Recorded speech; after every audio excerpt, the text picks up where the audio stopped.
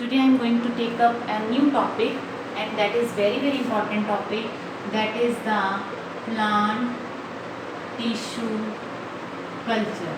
This is something very important. What is the plant tissue culture? This is a technique of growing a plant or maintaining or growing a plant, a part, a cell, a tissue or organ.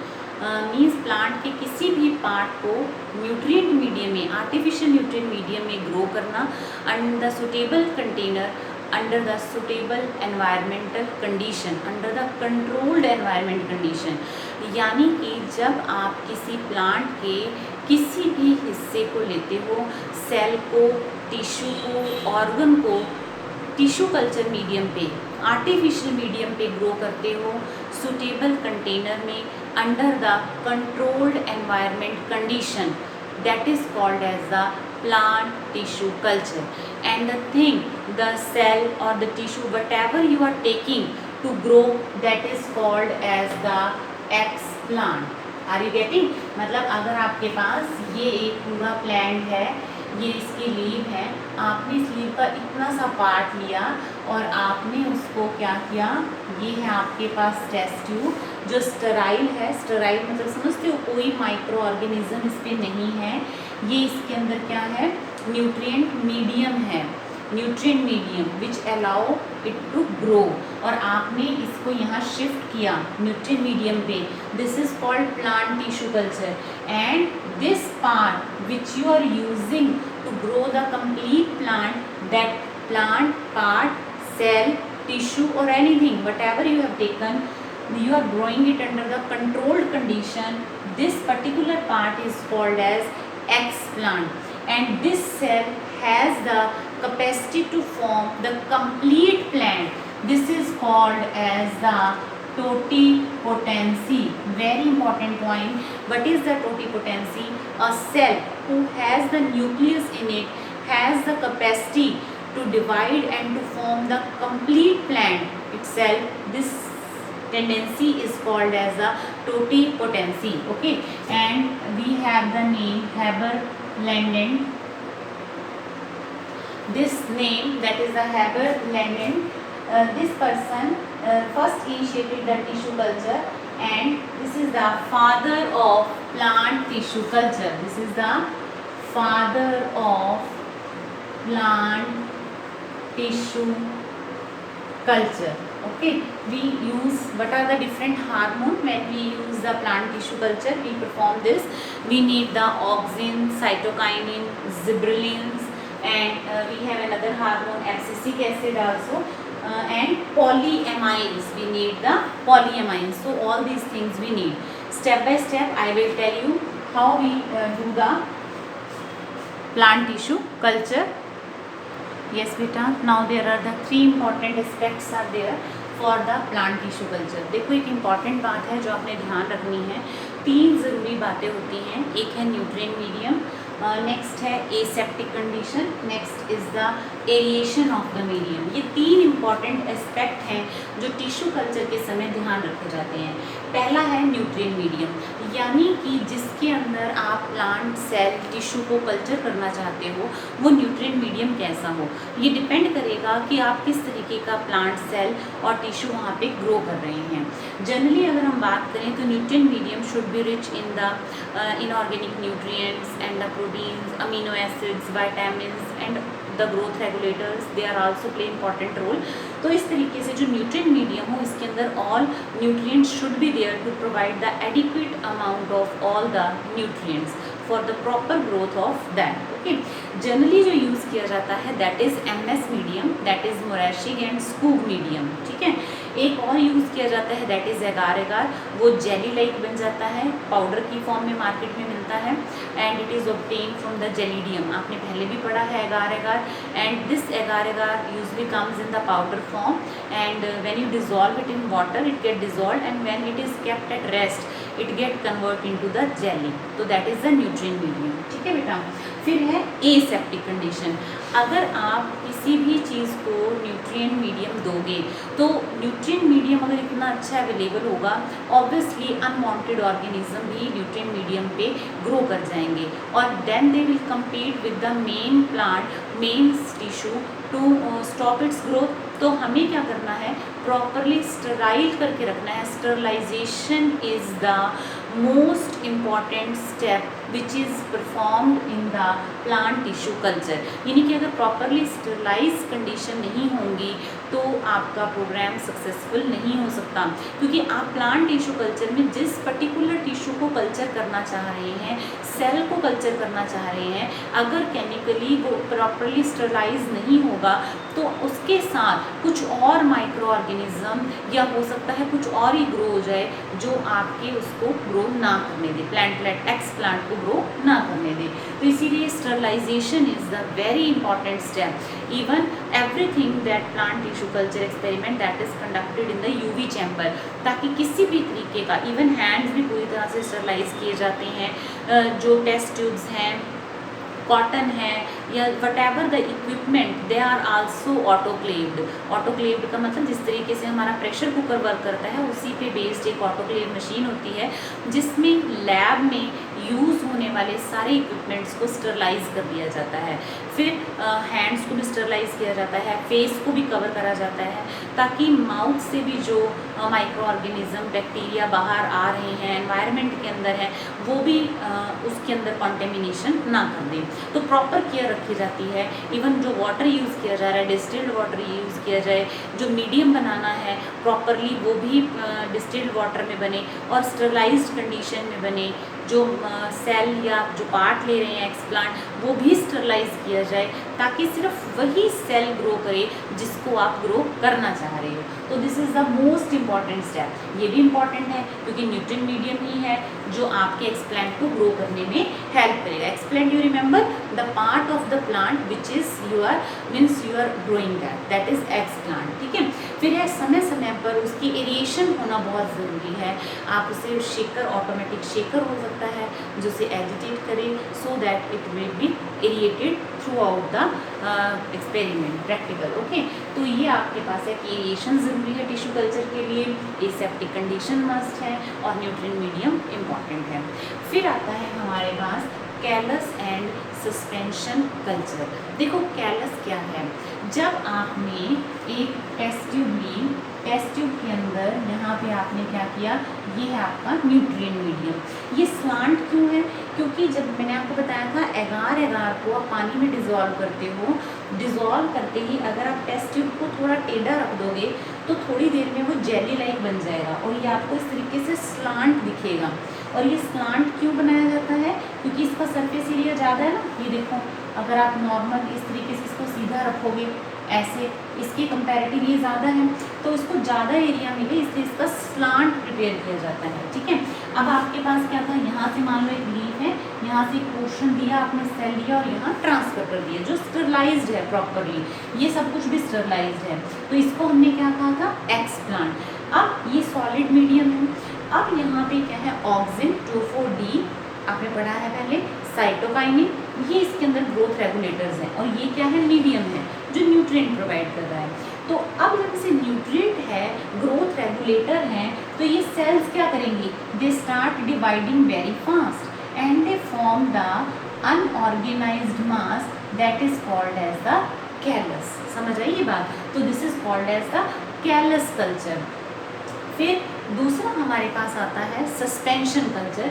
Suspension culture में क्या है, the cells are here in the liquid nutrient medium, मतलब जो cells हैं they are in the liquid nutrient medium here, this is they are suspended in the liquid nutrient medium, this is called as a suspension culture. Are you getting my point? Suspension culture, it must be constantly agitated with 100 to 250 revolutions per minute. एक important बात है कि जो suspension culture है that grow much faster than the callus culture. इसके अंदर भी auxin और साइटोकाइनिन है और न्यूट्रिएंट मीडियम लिक्विड फॉर्म में प्रेजेंट है। समझ आया। तो ये इंपॉर्टेंट बातें हैं 2-4 जो आपने याद रखनी है।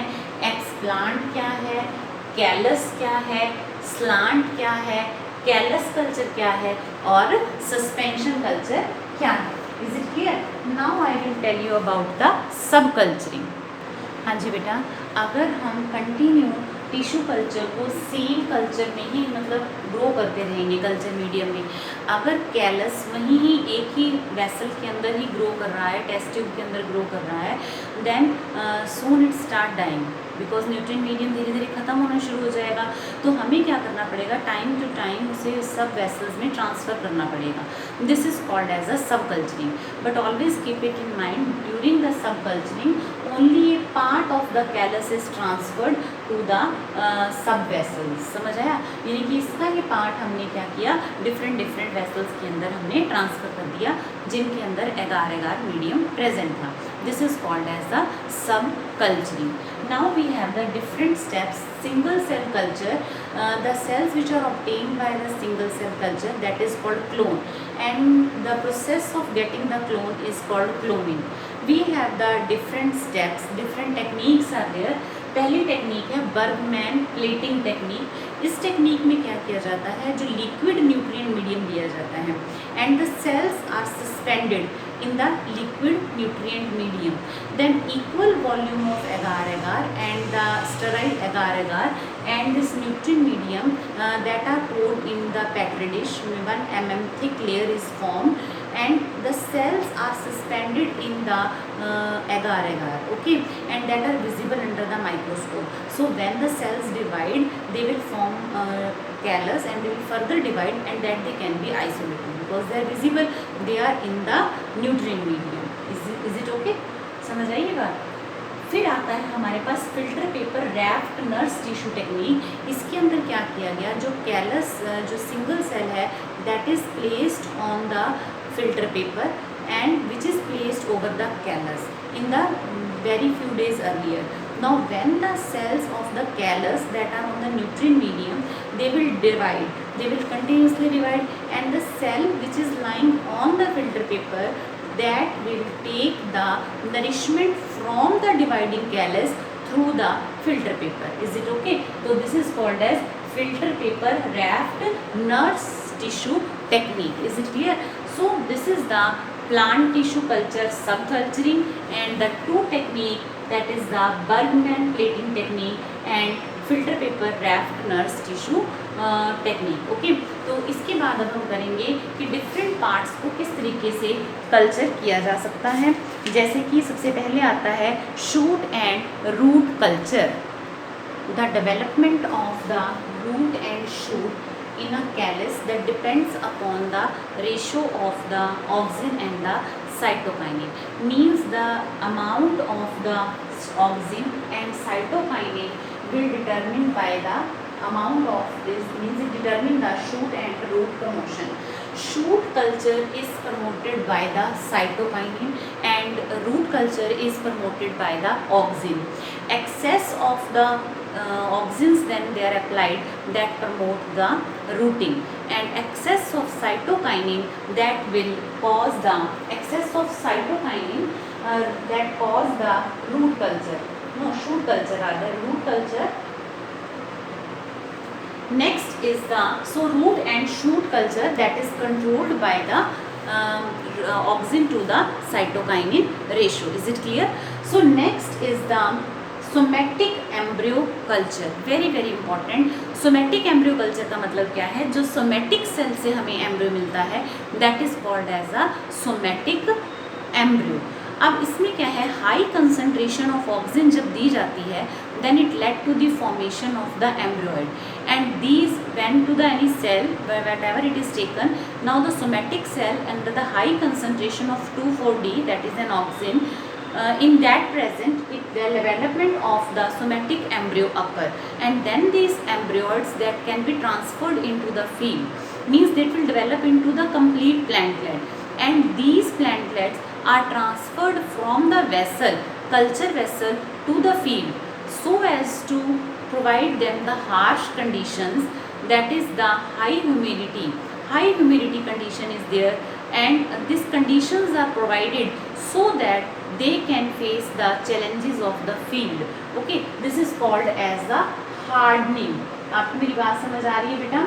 सोमेटिक एम्ब्रियो कल्चर का मतलब क्या है, यानी कि सोमेटिक सेल से जो एम्ब्रियो डेवलप हुआ that is called somatic embryo. ठीक है, अब जो सोमेटिक एम्ब्रियो डेवलप हुआ उसको प्लांटलेट डेवलप करेगा वो, and that plantlets are transferred to the field and they are given some harsh condition so that they can face outside field environment conditions. Okay, high temperature condition is given, okay, according to the water, humidity, these conditions. Okay, next is the endosperm culture. Endosperm आप लोगों ने पढ़ा है बेटा, triploid nature का होता है and it provide nourishment to the developing embryo. तो एंडोस्पर्म कल्चर के लिए क्या करना है, सबसे पहले इमेच्योर सीड्स लेने हैं जिसमें से endosperm along with the embryo it is excised, then it is allowed to grow on the culture medium. फिर वहाँ से एम्ब्रियो थोड़ा सा ग्रो करने के बाद एम्ब्रियो भी निकाल देना है, then only endosperm is allowed to grow. Then what happen, these cells then will divide, they form the callus, then they root and shoot development in the presence of hormone occur, and this leads to the formation of a plantlet that is triploid in nature. Are you getting my point? कि हमने endosperm culture करके triploid plant create किया। So this is a very important aspect of the tissue culture. Next आता है meristem culture. देखो बेटा, meristematic sales कौन सी sales होती हैं, विच एक्टिवली डिवाइड। समझ आ रही है ये बात? यानी कि जो सेल्स बहुत फास्ट डिवाइड करती हैं that are called meristematic cell, and you will be interesting surprising to know that meristematic cells they are devoid of virus, means they divide so fast that they don't have the virus in them. Though it is the best way to get the virus free plantlet from the virus infected plant by the meristem culture। यानी कि अगर आपको एक plant ऐसा दे दिया गया जो virus infected है, उसको अगर आपने मेरिस्टम कल्चर, उसका शूट एपिकल मेरिस्टम या रूट एपिकल मेरिस्टम ले लिया और उसको ग्रो किया, तो आप इन्फेक्टेड प्लांट से भी वायरस फ्री प्लांट ले सकते हैं। This is the most important question, what is the meristem culture? means when actively dividing cells where they are present root apical meristem or shoot apical meristem. So where they are present, that controls the, means we will take up that meristematic tissue and we will culture in the nutrient medium. Now these cells, why we will take the meristematic culture? Meristematic culture हम करेंगे क्यों? Because meristematic cells they are free of virus. So from the virus infected plant, if you want to get the means disease free plant, you have to culture the meristematic cells. Is it clear? This is the very important question. Then so what are the advantages of meristem culture? You can get the virus free plant, germplasm conservation, it is an important aspect. Then production of transgenic plant, we have already done in biotechnology. Then there is the rapid clonal multiplication, means आप fast number of identical copies का fast production चाहते हैं, तो that is also we can get by the meristem culture। क्यों? क्योंकि meristematic cells क्या हैं, जो बहुत फास्ट डिवाइड करती हैं। समझ आई ये बात आपको? इसमें पोटैटो, बनाना, शुगर केन और बहुत सारी ऐसी क्रॉप हैं जिसमें आपके पास सीधा क्वेश्चन आता है कि अगर आप वायरस इन्फेक्टेड प्लांट से वायरस फ्री प्लांट चाहते हैं तो आप कैसे ग्रो करोगे? By the meristem culture. Okay, तो हमने क्या पढ़ा इसके अंदर अब तक? रूट एंड शूट कल्चर, यानी कि जो हार्मोन्स हैं, जैसे जो शूट है प्रमोशन है that is controlled by the cytokinin, और जो रूट है that is controlled by the auxin. ये बात आपने ध्यान रखनी है। Shoot is controlled by the cytokinin and root is controlled by the auxin. तो रूट शूट रेशो कौन कंट्रोल करेगा? साइटोकाइनिन और ऑक्सिन का रेशो। अगर साइटोकाइनिन ज़्यादा है तो ये, और अगर ऑक्सिन ज़्यादा है तो root formation. Is it clear? फिर है सोमेटिक एम्ब्रियो कल्चर, यानी कि सोमेटिक सेल से आपने एम्ब्रियो बनाया। फिर क्या था? एंडोस्पर्म कल्चर, आपने एंडोस्पर्म को एक्सरसाइज किया इमेच्योर सीड से और आपको ट्रिप्लॉइड प्लांटलेट्स मिले। फिर मेरिस्टम कल्चर, यानी कि आप डिजीज प्लांट से डिजीज फ्री प्लांट कैसे लेंगे? बाय द मेरिस्टेमेटिक कल्चर, यानी कि एक्टिवली डिवाइडिंग सेल्स को आप कल्चर करेंगे। Is it okay? Because they are free of virus. हाँ जी बेटा, now the next very important topic that is the anther culture and haploid production. देखो, एक इंडिविजुअल में जो उसके गैमेट्स के अंदर क्रोमोसोम नंबर होता है दैट इज़ द हैप्लॉइड, है ना, ये पढ़ा है आपने। Now the haploid number is present in the gametes, okay, and the plant which is produced from the gametes that are the haploid, but they don't have the direct value because they are sterile, because they are haploid, okay. So if the chromosome number is doubled, then they have the same chromosome number as that of the species, then they are easy to grow, then they are fertile also, okay. So this is the anther culture. Now what it has been shown कि anther के अंदर, anther क्या है, male reproductive part है flower का। Anther में अब इसमें क्या है कि इस तरीके से पेरेंट्स हैं, these are the anthers, and now the anther is allowed to culture. Now what happen here in the anther culture, when the nature, the technique, this anther is a part of the flower which produce the pollen.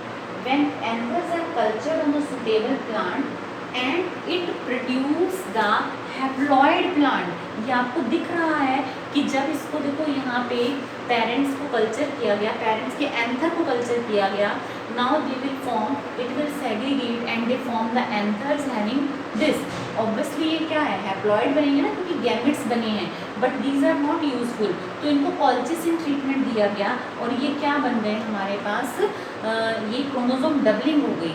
Now they have the same chromosome number as that of the parent. तो इसमें anther को culture किया गया, सीधा simple concept जो कि गुहा and Maheshwari ने दिया, Maheshwari for raising the haploid इन धतूरा प्लांट, धतूरा इनॉक्सिया, धतूरा इनॉक्सिया के हैप्लॉइड प्लांट्स को रेज करने के लिए सबसे पहले गुहा एंड महेश्वरी ने ये कॉन्सेप्ट दिया एंथर कल्चर का। देखो, मैं आपको एक चीज़ क्लियर करूं कि एंथर क्या है, they are the haploid gametes, okay. So they have the haploid chromosome number. Anther को कल्चर करेंगे, जो प्लांटलेट्स हमें मिलेंगे that will be haploid, that are sterile, they don't have the direct value. So what we have to do, we have to increase or double the chromosome number by giving the colchicine treatment. देखो, आप culture करते हो कि आप किसी भी part को as explant use कर सकते हो। यहाँ आपने एंथर को कल्चर किया तो गैमेट, देखो ये पहले क्या बना, आपको गैमेट्स मिल गए आपको। अब गैमेट्स क्या है, जब आपने इसके एंथर को कल्चर किया, यहाँ देखो इसको जब आपने कल्चर किया, you will get the plant with this, but these are haploid, so we have to double the chromosome number and we will get the plant with this composition. Now what is important here कि आपको homozygous pure line मिल जाएंगी within 2 or 3 years. तो this is why it is used for the immediate expression of the mutation, यानी कि जो change anther के अंदर आया है, अगर आप इमीडिएटली उसे नेक्स्ट जनरेशन में एक्सप्रेस कराना चाहते हैं, are you getting my point, वो कैसे एक्सप्रेस होगा, अगर आप एंथर कल्चर कर लें, यानी कि एंथर से ही नया प्लांटलेट डेवलप कर लें। और वो कैसे डेवलप होगा, अब एंथर तो हैप्लॉइड है, तो वो हैप्लॉइड किस तरीके से डेवलप करेगा, हैप्लॉइड तो हैप्लॉइड प्लांट बनाएगा, दैट इज स्टेराइल, तो उसको क्या करना पड़ेगा, कॉल्चिसिन ट्रीटमेंट दिया जाएगा ताकि वो क्या बना दे, होमोजाइगस लाइंस डेवलप कर ले, okay. So this is about the anther culture and the haploid production in India. Also first the haploid production was for the dhatura, okay. Now embryo culture. Now in some cases the embryo is taken from the plant and that is cultured. Why? Because in some cases that there are, for example, जैसे orchid के seed में कोई reserve food material present नहीं है, तो आप embryo को लोगे तो हमें बहुत ज़्यादा रिकवरी होगी प्लांटलेट्स की, because orchids they don't have the reserve food material with them. तो आप इसके एम्ब्रियो को कल्चर करो, you will get the more number of the plantlets. फिर सम टाइम सीड कोट या एंडोस्पर्म के अंदर इनहिबिटर्स प्रेजेंट होते हैं जो एम्ब्रियो को ग्रो नहीं करने देते, तो उस केस में हमें एम्ब्रियो को वहाँ से लेना होगा ताकि हम उसे कल्चर मीडियम पे ग्रो कर सकें, ओके। फिर है बहुत सारे केसेस में जब हम इंटरस्पेसिफिक क्रॉस करते हैं, डिफरेंट स्पीशीज़ में क्रॉस करते हैं, तो एम्ब्रियो डेवलप हो ही नहीं पाता, एंडोस्पर्म अर्लियर स्टेजेस में ही डिलीट हो जाता है। तो ऐसे केसेस में जब इंटरस्पेसिफिक क्रॉसेस हैं, जैसे इन्होंने वीट और मेज़ का बताया, बहुत अच्छा एग्जाम्पल है, तो इसमें हाइब्रिड सीड्स को आप लेकर उससे हम जो एम्ब्रियो बनेगा उसको हम क्या करेंगे, कल्चर मीडियम में ग्रो करेंगे ताकि हम इजीली उसकी रिकवरी कर सकें। ठीक है, फिर है ओव्यूल कल्चर। सम कंडीशंस में क्या होता है बेटा कि एम्ब्रियो का एबॉर्शन कुछ प्लांट्स में अर्ली स्टेज पे हो जाता है, तो उस केस में हम पूरा ओव्यूल ही ले लेंगे और उसको न्यूट्रिएंट मीडियम पे कल्चर करेंगे, so that when proper conditions are given that embryo will grow, okay, that will not abort and we can get the plantlet. फिर है ओवरी कल्चर। कुछ केसेस में जब हम इंटरस्पेसिफिक हाइब्रिड बनाते हैं, जैसे कि ब्रासिका कैम्पेस्ट्रिस और ब्रासिका ओलिरेसी, ये दोनों ब्रासिका की ही स्पीशीज़ हैं but they are sexually incompatible, तो इस केस में दोनों फ्लावर की ओवरीज को ही एक्सरसाइज कर लिया जाएगा और उनको कल्चर मीडियम पे ग्रो किया जाएगा and then we can get the hybrids from them. Are you getting my point? So this is the case how we can get the different aspects of the plant tissue culture. We can have the meristematic culture, plant root shoot culture, we have the endosperm culture, we have the embryo culture, we have the ovule culture, we have the ovary culture, and these all are very important for the plant tissue culture. Okay.